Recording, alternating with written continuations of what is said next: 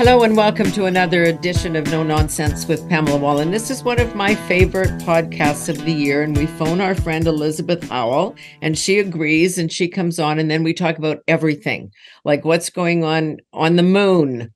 What about our new astronaut? What about aliens? How come the war in Ukraine is affecting the space station? Like, could there be more things to talk about? I can't imagine. Elizabeth Howell, PhD, staff writer in the Spaceflight Channel since 2022. Basically, she's just a space nerd. Um, Wrote a book with Dave Williams called Why Am I Taller? She just knows about all of this stuff. Elizabeth Howell, welcome. Thank you so much. I really appreciate coming back. And this, I think, is my favorite time of the year. When I saw the alert in my inbox, I said, all right, I get to talk about all the space things. So all the space things. But you, before we get in even to going to the moon and Jeremy Hansen and all of that, I mean, because they're all connected, but you have had your own little space experiences this year. First, you went down for the announcement when Jeremy Hansen was named. So that must have been a moment.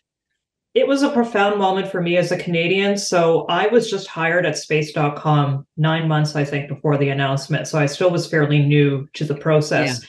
And then they had to make sure that they had the budget and the right person that was heading down there, because there were many that could be named. But they decided that because there was going to be a Canadian on the mission, it would be the right move to have the Canadian in the room, which is myself. And so they sent me down, which was amazing. And it was a big airport hangar where they were holding this near NASA's center in Houston. It was like a rock concert. They had chairs where people were sitting, and then behind it were all these other folks who were standing and waving things. And then there was music that was playing, rock music. And then one by one, they eventually brought the astronauts on stage. And I watched some of it on television. I mean, it really was. There's a whole live stream if you want to check out the event. And so to be in the room and to feel the energy was just beyond many things I've experienced. I'm so lucky. Yeah, no, that's great. And then you went back to kind of do a walkthrough or on the actual craft that Jeremy Hansen will eventually go to the moon on, the Artemis. Exactly. So for this one, I went to They had this huge room. It was a manufacturing facility, and the room that I was in was maybe 300 meters long and maybe about 75 meters high, 100 meters high. It's huge, right?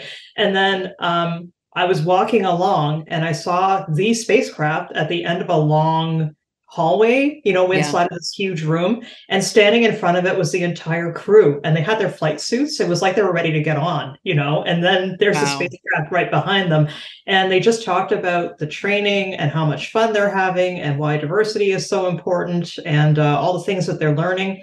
And then they wandered off because they had other things to do, and we were left behind in the room. And there were actually 3 spacecraft. There was the one that's going to hold Jeremy. Then there's the one that's going to hold the moon landing crew, Artemis 3. And then there was yet another one that was going to hold the next moon landing crew, Artemis 4. And there were all these experts in front, all types of people. I talked to this young woman who does simulations, and she's only 3 years out of college. So, oh my gosh, I had so much fun. I've been down to the Florida spot. Like, it really is amazing when you go in there. It's a privilege. And there's a lot of places too where the public can go around the Kennedy Space Center. So make sure that you check out their visitor center. You can take these special bus tours and see all this hardware. The big Apollo moon rocket is in one of the buildings. Just go. Trust me, it's worth $100. It's worth, and take all the kids that I was there. Because they got simulations and all kinds of places for them to run around, and great food for kids too. Like you're not going to regret it. Where do these names come from? What is Artemis? Artemis is a sister of Apollo, and this is all from Greco-Roman mythology, as some people might term it. And so Apollo, as you might remember, is the mission that brought people to the moon back in the 1960s, and they were trying to find another name that was in the same family, but that would reflect that we had more types of people going, because, to get somewhat lengthy, back in the 1960s, it was mostly men, and it was mostly of a single kind of background, right? And it was largely, not completely, but largely because the U.S. military at the time was also fairly single, just one type of person.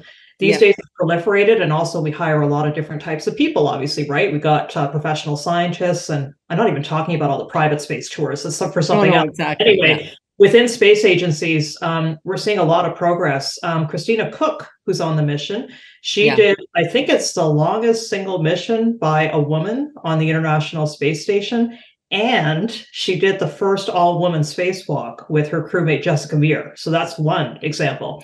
And then Yeah. Victor Glover, who's also on the mission, is the first Black person, or African American, as some call it, to do Right. another long duration mission on the space station. So these are ultimate stars, not only in terms So of who they are, but also on what they represent. you know the other astronauts, the Canadians that have participated. Why Jeremy? Like, we know he's a rock star when he walks out on stage, and he's so articulate and he's so passionate, and he's at the Calgary Stampede, and whatever. He's a great salesman. But what does he bring to the table? What's his expertise?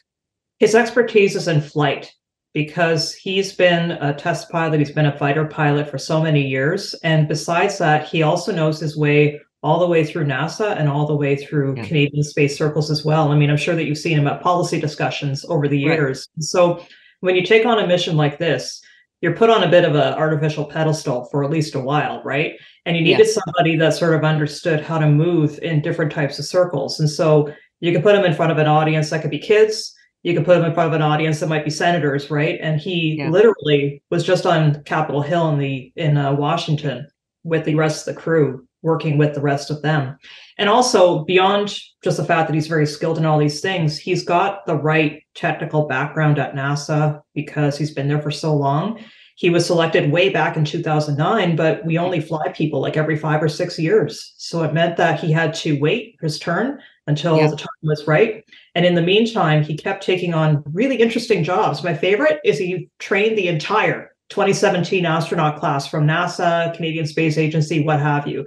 And that alone shows a lot of trust, because then he was sort of, in managing the training schedules, he was a mentor. He was making sure that they all knew where to go, what to do, and what kinds of activities were appropriate to help them become full-fledged astronauts. So he's just so good at that, The right stuff these days, you're right. In the 60s, when the Apollo mission went, it was kind of, macho men, right? I mean, they were risking their lives to fly into space, and who knew whether they'd ever come back. I mean, it was maybe good we didn't know very much about it at the time, but now you have to have such a sophisticated player, because, as you say, they have to not only talk to kids in classrooms and senators on the Hill, but they got to be able to talk to the actual rocket scientists too, right? Exactly. And we learned from those times in Apollo. Now, they did great things. Please don't get me wrong. Absolutely. That's what I grew up with. There was in front of me a poster of the Apollo 13 movie that got me interested in all of this, because I was too young, unfortunately, to be around when those missions took place. So it was incredible for its time. But I also want to think that as a species, if I may call it, we've progressed, and we sort of thought about different ways of running our society that can include a lot more voices. And that's what this program is all about. The person who manages launch operations, for example, is a female. The person who is the head of the Johnson Space Center in Houston, where the training takes place, female and Black, for example. So there's a whole lot of examples of diversity, even on the ground, which is great, No, I mean, and it means we are also asking different questions and bringing back different information, because it's like having people at the table, at any table. That happens if the people at the table are different. So it's from one another. So that's good. Okay, moon landing. Why are we going to the moon? Well, that could be a whole hour, but let me try and the short version. The short version, agreed. Okay. So I know we were there before, but as I mentioned, a few things have changed. So you can't just sort of wave your hands and say, we're going to go to the moon right now. You need to make a good case on the political side as well as on the scientific side, because of course I would love to go anywhere in the solar system, but where's the money? Where's the will to do it? I think what was happening was there was a recognition in US policy circles that other countries are going to be there. And so we see very clearly now that China is landing many missions on the moon. It's done really, really well. And also Russia just tried again to put another craft, an uncrewed craft, on the moon. It didn't make it, but they're going to have more, right? I don't want to be mean, but I am going to kind of say, na. I We're mean, going to see. Yeah, we're going to yeah. see what's going to happen in the future. And then India kind of beat them to it. Exactly. So it's very hard still to land on the moon. Don't get me wrong, even if you're sending Yeah. a small craft, because there are private companies that are trying. There's a whole lot of folks that have done it. But India, luckily, did a great job. They just landed. They got beautiful pictures. There's a rover, and it's taking pictures of its little base, and I'm really enjoying it. So when they saw that, I guess they thought that the moment was right to try again, to bring more people back, and then to also make this push that could also help, hopefully, technological development, because that's another thing they're always thinking about.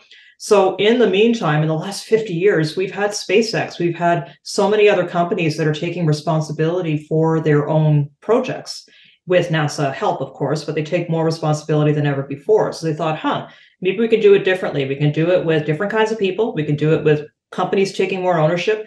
We can do it with more countries, like the International Space Station, and borrow all that experience too. And it just fell together. It was something that both the Republicans and the Democrats agreed upon. Even after a presidential transition, they still agreed upon it. And the funding's always a little wonky. You never know, budget cycle to budget cycle, which is yearly, what's going to happen. But so far, they're pretty much on track.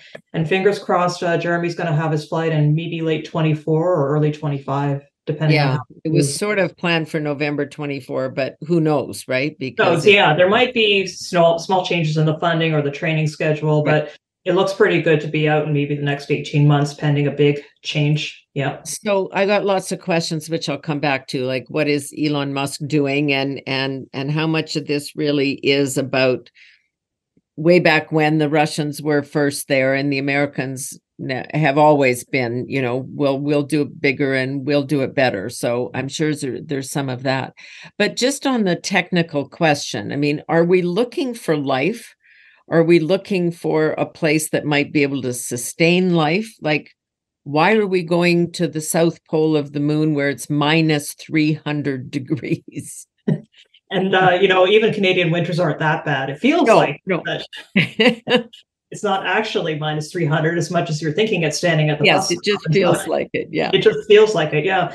So what they're thinking is they think there's water down there. Now, clearly at minus 300 or what have you, it's not liquid water, it's frozen water, but that's really valuable because then you don't have to haul it all the way from Earth and you can use it for drinking, washing, machinery, all this wonderful stuff. And so the ultimate goal, as always, is to go to Mars. And the joke is Mars is 20 years away in terms of bringing a crewed group over there. It might be 20 years, it might be 50 years, we don't know, but it's better to practice everything closer to home. And so they're thinking that the spacesuits, also being made pretty much independently by a company or two, those are going to be practiced on the moon, and then they can go and adapt them for Mars exploration. They can practice on the moon because we have a number of Canadian mining companies that are looking at this and very interested. So you can practice mining there, and then we can also practice it over on Mars, where there's definitely ice, So it's a great staging area where we can learn a lot, but we're only 3 days, so to speak, from home. And it's not as hard to get there and back, right? Because that's a great way to put it. Yeah. Yeah, exactly. Because I think if you've seen Hollywood, like The Martian or For All Mankind or one of those, you realize that very quickly when you're going out to Mars, which can take 9 months with current technology, a lot of things can happen on the way. And then you get there and then you have to turn around and come back home. Now it's been 2-3 years, right? So it's a lot easier to do the moon first before doing that.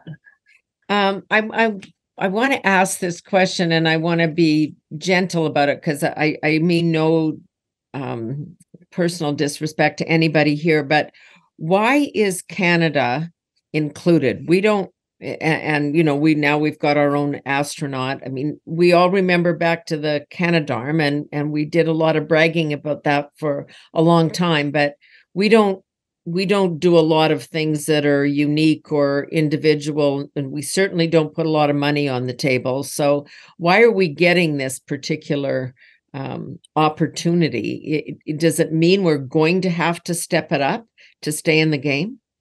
So I think I could split it maybe into two brief answers. So the first one is that the reason we're there is Canadarm, as you said. So traditionally, I think it was Marc Garneau who told me this, the first astronaut we had in space. We pay to play, right? So we put in robotics, and in exchange, we get astronaut seats in science. Canadarm3, which is the third generation of this arm, is supposed to be helping NASA with the space station called Gateway. And Gateway is going to go around the moon eventually, sometime this decade, we hope. And it will be a bit of another base for people to be sitting on and working on and supporting missions on the surface. So they can run logistics back and forth, just like, I would say, just like Everest and base camp. You know how when you climb a mountain, you have a few people at the summit and then you have a lot of people by comparison in the base camp? That's a good way to think about it. So you've got people on this space station that are in their base camp and supporting all the stuff that's happening that's higher risk on the surface. So that's what Canadarm3 is for. It repairs things, it looks at stuff at the outside of the station, it lifts things. That's basically what it does right now. So and sorry? Okay, go ahead. No, I was just going to say, are we doing that? Is Canada doing that? Or is this technology now kind of, shared, this ubiquitous, and people are taking it and doing different things with it? So the Canadian Space Agency funds it, and MDA is the lead business that is making it. There are many other businesses involved, of course. So that's where it's all coming from. And then in terms of robotic arms, yes, there are other ones out there, but they're smaller. They don't do spacewalk work, really. They deploy CubeSats, for example. Those are tiny little CubeSats, satellites that are red box size, so maybe about that big. So it's not the same as picking up a big piece of module, and bringing it around on a space station. So maybe there was an aspect too where we wanted to sort of keep that technology in our expertise, right? And to make sure that we kept pushing it forward, because we've done really well. So the next question I had, or you had, was sort of, why are we involved with all this? What kind of benefits we're getting? So the way that the CSA, the Canadian Space Agency, is trying to frame it is, if we can figure out how to behave in a super remote environment like the moon, we can maybe make some technology that would be flowing directly back into our remote communities here. And so one great example of that is something called a connected care module. Now, bear with me. I realize it sounds very, very strange. Think of it like a doctor. CCM. Okay, go ahead on the CCM. Exactly. CCM. I think there might even be a exponent or something in there. But anyway, in here, there is a doctor in a box. Okay, so if you can imagine opening up this box, it's fairly large, it's room sized. Inside are all of these instruments that can do things like blood pressure, temperature, do simple diagnostics, on the spot. And the problem that we have in so many communities is it's really difficult to get medical care, right? And maybe we can interface with a doctor that's back on Earth or from the moon, and then maybe in this remote community we can do the same, because it's hard to send folks out there. And so if we can develop technology with this off-Earth focus, surely there's a way we can redeploy it into these communities. And right now there's about, I can't remember, 3 or 4 companies that are leading the build of different modules. They're just about to test them out, actually. And then hopefully they'll be deployed very soon in a number of communities. And then we'll get real-time feedback from folks that are actually there and actually need the medical care to see how effective it is and keep making it better. So we're going to practice on Earth, but the benefit will eventually be if even for the folks that are on extended stay in the International Space Station. I mean, exactly. So it can move anywhere, right? It's a module. So you make some adjustments for gravity and environment, but then you put it maybe on the space station eventually. And then maybe you put it on the moon, and then maybe you put it on Mars. And the Canadian company that built it will keep expanding, just like MDA does with its Canadarm line, which it and others were working on earlier. Okay, so the Canadarm is keeping us legitimately in the game. Like, we're earning our spot here with that. But the financing is always an issue.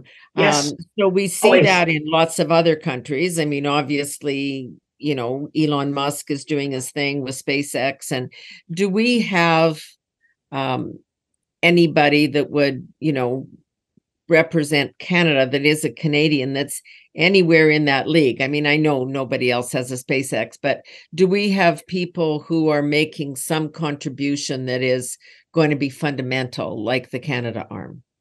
I think we would have to look to our universities and our labs and our spin-offs. It's on the research side. Because it's very much a research question. And that's actually something that you're always, I know, in policy circles struggling with, because do we want to do the thing that's the commercial bet right now? Or do we want to do the thing that could result in a commercial benefit in 3 decades. And it's very hard to pick winners, I realize, when it comes to funding. But we have a number of government agencies that do really, really good jobs at that. We've got NRC, which I briefly worked for.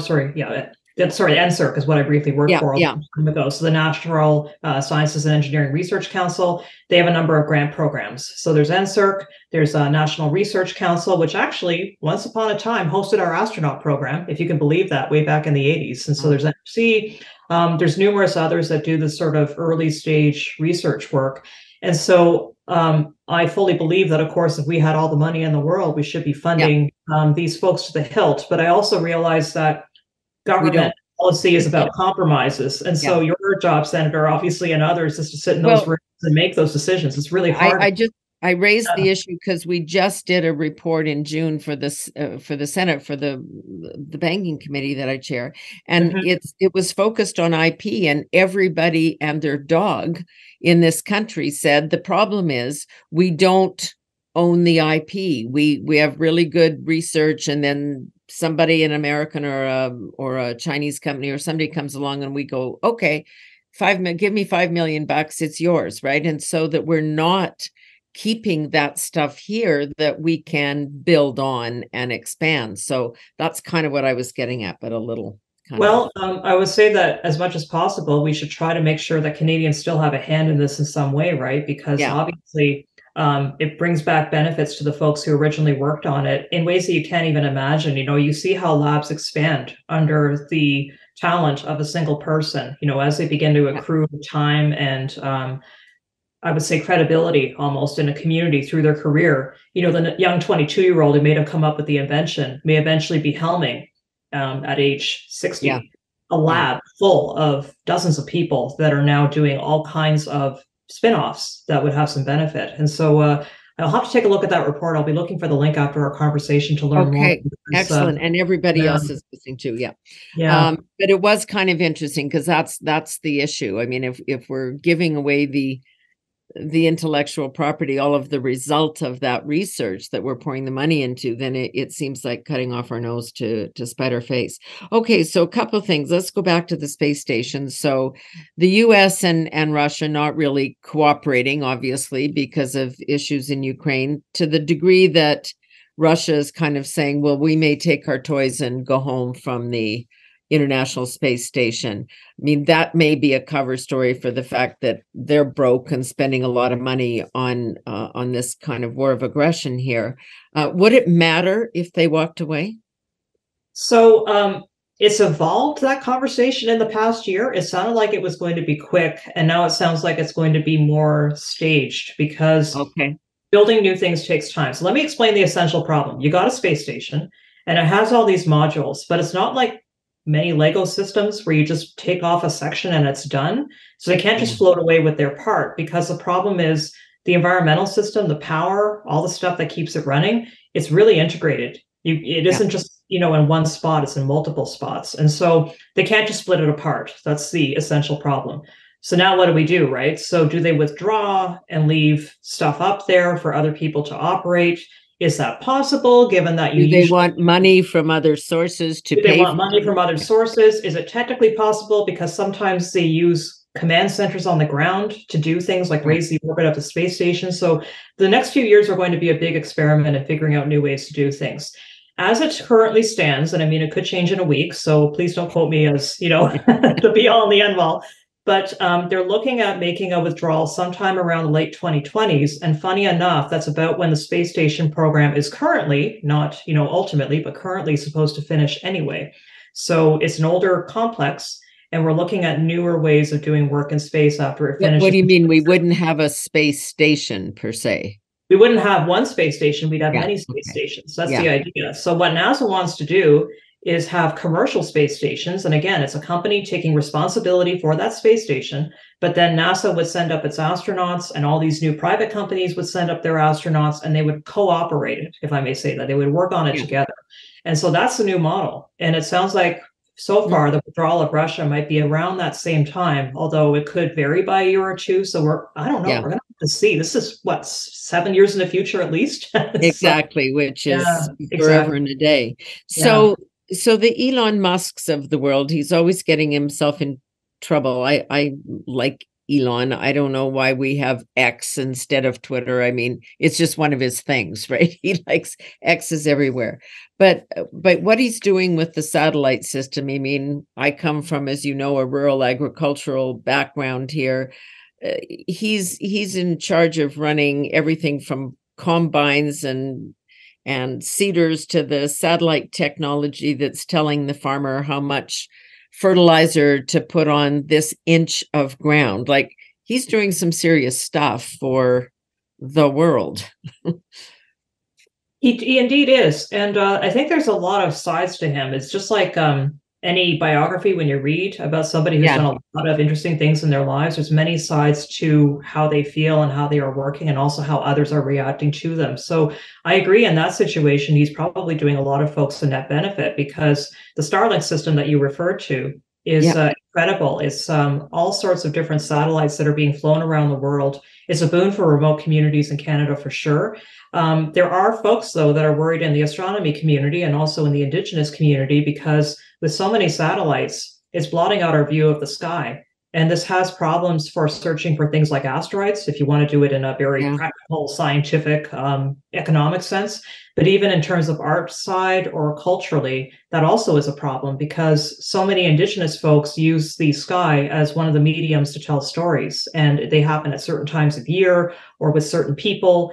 And if there's satellites crossing that view, that means that the tradition may not be able to persist in the same way. Although I'm no expert, please go and talk to No, this is excellent experts the about that. issue that we're Yeah. always, so we've got Starlink, and it means Oh, we're producing more food for the world, and we could all reduce our carbon footprint if we didn't heat our homes or cool our homes or drive a car. But this is the human condition. We're moving it is. forward. It's It humanity. Like, is. there's Yeah, always going you to be bring a up a lot of matters there that are really important because obviously we're living in a world now with so many wildfires alone in Canada in the past year. I know that we're still recovering out in the Northwest Territories and Western Yeah. Canada. And here in Ottawa, I don't know if you were here at that time, Senator, but the skies turned like Venus for a few days, which was Yeah. truly, Yeah.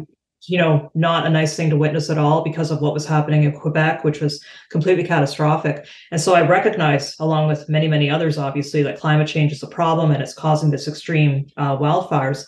On the other hand, we live in a cold country and we don't have the infrastructure and perhaps the population to have dense public transportation systems like you might see in Europe or even in Yeah. some areas of the United States. And We so don't have any public exactly. transportation So we've out got here, to just heat and we've got FYI. to drive in so many Yeah. communities. Yeah. So we're living in a dichotomy almost. And I don't really know how to break out of that as an individual, Yeah. but I certainly do my best. I try to walk Well, where we kind of I have can. to go Uh, forward. I mean, yeah, when if Russia decides to invade Ukraine and they can't produce or export their wheat because Russia's blowing up the ports, then we've also got that global responsibility as people here to. exactly. No, but you're right. That's a really big issue. So I guess those are the two sides of Elon, or at least two of them too, which is he's on the progress, taking that to the next level, but it comes at a cost. Exactly. And there are Yeah. so many things that he's doing that alone could fill numerous podcasts. But Yeah. another Yeah. thing people are really paying attention to is Starship, which is very relevant for the moon exploration. So it does many things, but one of the things that it's supposed to do is land astronauts on the moon because Right. NASA actually paid a contract to SpaceX and they're working on it. But as many might remember, back in April, they had a launch in coastal Texas, and there was quite an incident. It's a very Yeah. large spacecraft, and they had to basically make it stop. They had to explode it over the water because it was spinning out of control and there were communities nearby. And so they were genuinely concerned and had to stop that process during the launch. So they're reassembling it. They're doing testing, and then they're waiting also for regulatory approval, which is really important. I mean, here in Canada, we're also talking about launching things soon, right? And we have so many government agencies and I'm departments that are going to and weigh red in and tape figure is this all out. unbelievable. Yeah. Yeah. So they're doing Yeah. a similar process, but obviously a little bit more mature in the United States and trying to figure out whether they've met all the requirements and when they're going to launch. And so it could be next week, it could be next year. We have no idea at this Yeah. rate. And there's just questions also about what that means when you launch something that big. What is the environmental impact when you send a rocket into space of any kind, right? Is there ways that we can cut it down? Is there ways we can launch less frequently? These are all questions that have no Yeah. easy answers, I have to say. Well, and presumably, I mean, nobody sends a a spaceship up thinking that it might explode. Presumably, yes. Yeah. So everybody's checked everything 6 ways to Sunday, and all of that, and if there's even a slight change in the weather. So it does appear as if sometimes stuff just happens that we may not even understand at this point. Exactly. And I guess what really helps at this time like this is remembering that we have a lot of smart people that are working on the problem, just like any Yeah. big technological problem that we have in the world, right? And so I'm hoping that if we get the right kinds of people in the room representing different types of people, obviously, not just one single type, that maybe we're going to come up with a better way. And that's my, even when I'm sitting in a classroom with students, I'm sort of hoping that many of them are going to be putting up their hands and helping me with things because we're going to get a better answer, and that also works in life. We also need somebody to run the world when we're all dead, and it's troubling when we think about that. And it's going to be them, so let's train them now. Okay, I can't wait anymore, but I do want to come back and ask a couple of things. So just put in the back of your brain, what's the James Webb Telescope up to, and what are the students at Dalhousie doing? But before we get that, space aliens. It's even a question in the Republican primary debates. Poor Chris Christie said, how come I get the aliens question? But a lot of more information coming out from, I would say, credible sources, people who were working on that system in the US over years, growing demands that the government kind of open the books and tell us what they actually know when we're talking about, biological creatures that are non-human. Like, what do you think? It's a huge topic. That's the first thing that I think. So let me put it in a few ways. I would want to do first a lot of background reading, and we actually, if I may advertise my website for 1 second, we have excellent reporting from experts in military space on space.com that sort of dive into all of this different stuff. So when we talk about life, first of all, let's imagine that it's not just Star Trek sentient talking people, like us, but it could also be microbes, right? So that's the first question, what we mean about life. But presumably here we're talking about life that can zoom around in spacecraft and aircraft and cause all these alerts. That's what we all see. That we all can see. Yeah, exactly. Yeah. So I would say that, yes, as much as we can gather data, we should continue to do so. And that where national security is not a concern, they should release that data, because more information, I would hope, would let us clarify what is going on. And I think that's already starting to happen, right? Because obviously there have been hearings, there are reports that are coming out. There are leaks. Exactly. They're releasing older information that's coming out. And as you said, it's such a high priority now. It's even appearing in primary debates that I can only imagine we're going to learn a lot more in the next while. I don't know if we're going to have answers, but I do know that there's probably going to be a lot more discussion. And so I'm kind of watching with bated breath. I'm really interested to see what's going to come out next. Well, fundamentally, of course, it is a national security issue, which is why governments get to say never, right? We're not going to tell you this, but when enough individuals are involved in this process, and some of them are coming out now to talk about it, what's the way that we should be going about this? Do we need some kind of, I don't know, NASA-like structure? Like, do we need, because right now it's mostly all in the Defense Department in the US, and I'm assuming in China and the other places as well. How do we get at that research and start to combine it and look at it and say, okay, what's the most likely thing? Is this life form just life form? I mean, there's moss is a life form, right? Well, I'm sure that those that have their security clearances in Canada at very, very upper levels would know a lot more, obviously, to start with, right? Because we are allies of the United States, so on and so forth. And so there's a whole community that likely would have much more access than even you.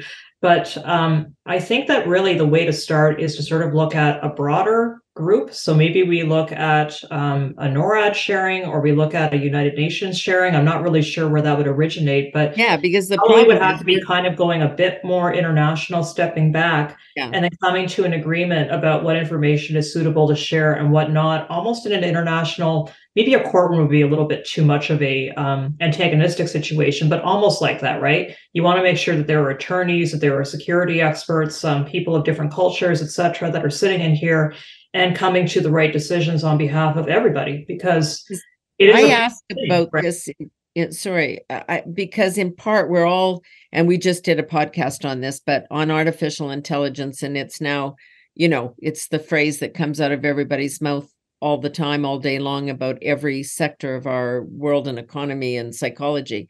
So we don't even know what exists out there, and we're talking about regulatory hearings, and they're putting Elon Musk and Zuckerberg and all these guys in a room to talk about artificial intelligence and what that might mean.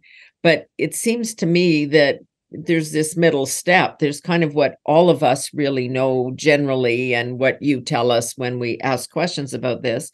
And then there's this debate about artificial intelligence. But in the middle is a bunch of stuff that has been going on. We may be talking about very sophisticated communities and behaviors that we're not even aware of, which would obviously color the other debate.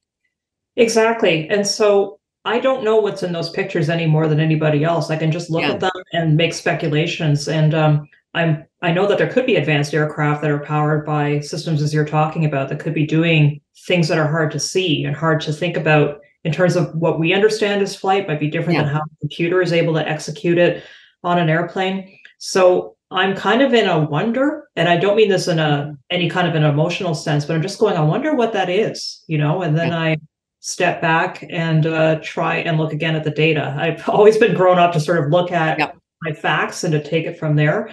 And I agree, there are many places in life where it's hard to find those facts. So then I try to look to my fellow people around me, and I try to make sure that the people I interact with are as diverse as possible. That way I'm not trapping myself into one way of thinking, because I know, especially as we age, we may tend to fossilize almost, right? And I want to make sure that I have very dynamic and very different, and even different age groups, making sure I've got, kids in the conversation, teenagers in the conversation, and young 20-somethings, to make sure that I've got all the different types of thinking in my head. I find that's really important for writing, and also just in terms of living my life, just to make sure I'm doing it in the right way. Yeah, and coping, because we are dealing, all of these issues raise those very fundamental questions about what is our role here, and when we're talking about this kind of activity, in space, and we're going to practice on the moon so we can go to Mars, and, all of those things, as if it's perfectly our right to do so. Exactly. And that is a question that we should be raising regularly and loudly, because Canada itself obviously has a long history of people just coming in and taking things while others were already here, and we're still dealing with the effects of that, rightly so, hundreds of years later, to try and figure out how to fix this and how to be doing that reconciliation process to help our Indigenous, First Nations, Métis, everybody, Inuit, that are here, and that were here for much longer than me, the European. I came from but Scotland. with that came the development in the program. It's the same discussion we were having. So I try to be very aware of that, even when I'm writing about this. I try never to write the word colony in any of my stories, for example, because I realize the history of that word is very loaded, rightly so. So I don't like saying Mars colony. I like saying Mars settlement or habitat or something of that nature. And I also express it to my colleagues where I can. So I agree. It's something we should be thinking about. And again, we should get many, many folks in to talk about how to proceed.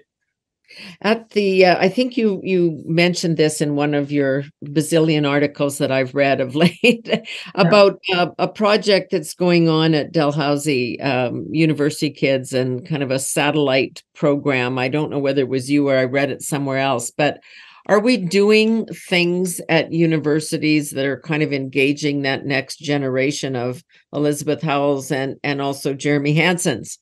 Yes, we are. So we're doing it all over the country. That's probably the satellite competition that you were referring to, that the Canadian Space Agency has every year.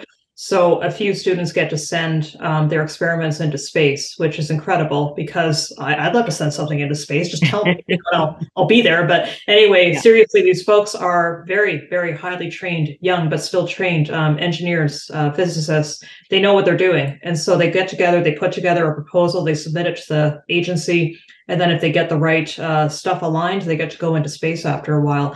And if you want to know about young people, I need to tell you a story, Senator. So I was very, very lucky. It was about a month ago. I got to go on a special flight with the National Research Council here in Ottawa, and they run these flights that do this, and Yeah. then they come and they go down, and as they're going down, you feel like you're floating for a little bit, and then they go up. I've flown with the snowbirds. I know what you mean. Your stomach Exactly. So is in your throat. Yeah. that type of experience, a snowbirds Yeah. type experience. So you're falling for about 20 Yeah. seconds. It's very weird. On that plane were the hardest working students I've ever seen because they were running experiments, and in between trying not to, feel queasy while doing all this stuff, Yeah. they were really focused on making sure they were getting the information that they needed. And my favorite moment of the day was actually not in the plane, but on the ground. So I'm watching on the ground and I'm learning from what they're doing. And one of the students just ran up to me, in the middle of everything. And she's waving in her hand this paper. And the paper was talking about how our body reacts in weightlessness and how we perceive things around us, because we know from a lot of studies that when you point at something, especially in your first few days, you may be a little bit off because your Right. sensation of yourself changes when you're floating all the time. And so she's just waving this paper and she's going, "This is really interesting. You have to read this when you get home," right? And I did read it. She was right, and I mean, in the middle of this incredible, unique experience, they still were busy doing fundamental research and getting really excited about that. They weren't getting distracted by the glamour of Yeah. the flight. Yeah. Okay, Exactly. like put that person in charge of a lab once they get a bit more maturity, Right. Absolutely. Absolutely. Yeah. Okay. I think the last time we spoke, we were talking about the Webb telescope, the James Webb telescope, and sending great pictures. And I think they're doing a lot of stuff about Jupiter. Oh my gosh. Are they still sending this? And what are we seeing and learning? So it's still out there. It's going to operate for 20 years. It's like Hubble. Okay. So it's happy. It's doing its thing. There are some minor issues with the instruments every so often, but it's mostly doing its thing, which is amazing. It's way out there in space. It's 1,000,000 miles away from us. I just can't, 1.5 million kilometers in Canadian terms. So that's a long way, that's a heck of a long way out there. The thing about Webb is, and this is a person who reads this stuff every day, the pace of discovery is so quick, I can't keep up anymore. Because every single day there's a new image or there's a new research paper. And that's important because what that means is it's delivering in terms of what it's supposed to. We, the public, love the images, but the scientists need to keep the mission going with funding. And the way you do so is by generating scientific value through all of these papers. And Canada has a guaranteed share of time using this telescope, and we're using it. A lot of exoplanet studies, so that's looking at planets that are way outside of our solar system, and maybe eventually finding another Earth type, among the set, or at least understanding how life arises. And there's a whole lot of other things as well that Canadians are doing. It would fill our entire time to be talking about it. But we are lucky to have this out there because it's going to answer questions we can't even imagine. I mean, it was Hubble that showed us that the universe is accelerating in partnership with other telescopes. What will Webb show us? I can't even predict. It just started. It just got up there.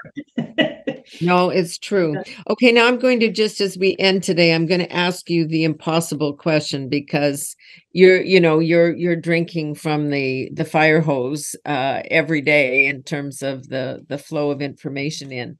What are one or two things that have happened in the last, I don't know, pick a time frame, year, 6 months, that you went, "Oh my God, never did I imagine in my lifetime I would even think that thought"? For me, it was actually being in the room watching Jeremy come on the stage, named as a Canadian for a moon mission. And so it was because when I was that crucial age, young, as a student, really interested in something, but I didn't know what when I was growing up, for whatever reason, I turned to the moon. And the thing was, it was very talented, but still very American, at the time. Yeah. I never imagined reading that stuff back in the 1990s that I would be standing in a room where a Canadian was going to go on board. And I was completely blown away. Hours later, I had the privilege of interviewing Jeremy, and I was so emotional in the room. I was trying to get my first question out, and it was really hard. I'm glad I wasn't on camera like you used to be, because it's tough. I did have a video camera running, but it wasn't live. I know that you were often live, right? And I wasn't, but I'm trying to get my question out. It's not working. My voice is catching. And finally he's joking and he goes, "Well, tell me how you feel," and it was something just to be there. And then another fun part about the day was how warm and welcoming the Americans were, because they all knew I was Canadian. I was there in my Canadian hat. It was pretty obvious. I had Canadian badges on my chest, but they just treated me like anybody else, you know, and they were bringing me in. We were partnering on questions with some of the other reporters to get all the information we needed out to the astronauts in time. NASA was really helpful with getting me all the stuff I needed scheduled. The Canadian Space Agency and NASA were working so closely together. So, you know, it gives me a bit of hope when you see something like that happen and international collaboration going well. And I really hope that it's going to happen more in the future, you know? And we need these things, you know, we need some national pride. You know, politics consumes everything, and it's so negative. And it's kind of like we need some of these, you know, shared hopes and dreams and aspirational projects that we can look at and say, yeah, it's not all bad. It's not. Exactly. And to be clear, what Jeremy represents is not just himself. And that was something he was very clear about from the start. He said, it's not just me. He said, it's about the team that's coming along in every other sense except being in the room, right? And so he's the one who obviously will get all the attention, but we can't forget the number of Canadian scientists that are working here, the geologists that are going to be helping he and other crews with learning about what the moon is, what kinds of rocks to be looking for, the trainers, the family members, obviously, the big support team, psychological, medical. It's huge. And there's going to be a huge team of Canadians involved in the research and in the mission support. And these are training grounds, because what they always do is the lead scientists really work to bring on early career researchers. And so what really excites me actually is not only that time, but being around hopefully in 30 years and seeing what these people who were just starting their careers at this time are then doing. Because I can't imagine, that's 30 years in the future. I can't even think of 6 months, you know? No, so exactly. What will they build? Is it it is unbelievable. We're going to the dark side of the moon. And you know what? I mean, we don't know in terms of sometimes timetables speed up, not just get delayed. So we really, I don't know. It's all very exciting. As I said, I love this. So thank you, Elizabeth, very much for just all that download on everything that we need to be thinking about. Elizabeth's a PhD. She's you're writing for space.com, right? Which is exactly it. Yeah. So I was lucky enough after 10 years of freelancing there to be hired full time. And I'm one of just a few Canadians in the entire large company. The larger company is called Future and it's based in the UK. And I'm probably one of about, I don't even know, maybe 10 of us. So I'm very, very lucky. And I have to say also that the reason I can do what I do and get to go on these adventures is because of the great team that's supporting me all around the United States and also in Canada, in the UK. So in the US and the UK, whenever one of us goes on an adventure, the rest of us stay home and we try to support them by doing other things on the website, other things for our readers. And so I have to really thank them. It wouldn't really be possible for me to do these great things I'm talking about with you without all the wonderful support. So people can find your writings, but also like all this other data that's just out there and at space.com. Exactly. So go to space.com. I'm still on X, and I also am on some other social networks too. And so I try to have it all for different networks and different things. But we'll see where it all heads in the next year or two. Maybe we're all going to be changing how we communicate online, which is also interesting. I know. Yeah, you know. I don't know when we'll be doing. Well, next time you go on one of those trips, we'll do the podcast when you're there. Okay, so I love that. Okay, I will let you know personally when that happens, and we'll have some fun. Okay. And I'm very thankful you're a space nerd. Thank you. Well, thank you for sitting here with me and listening to me space nerd out. I really appreciate it. Yeah, you space nerd out. That's great, and then we do too. All right, that's it for this edition of No Nonsense with Pamela Wallen and with Elizabeth Howell, and we'll see you all very soon.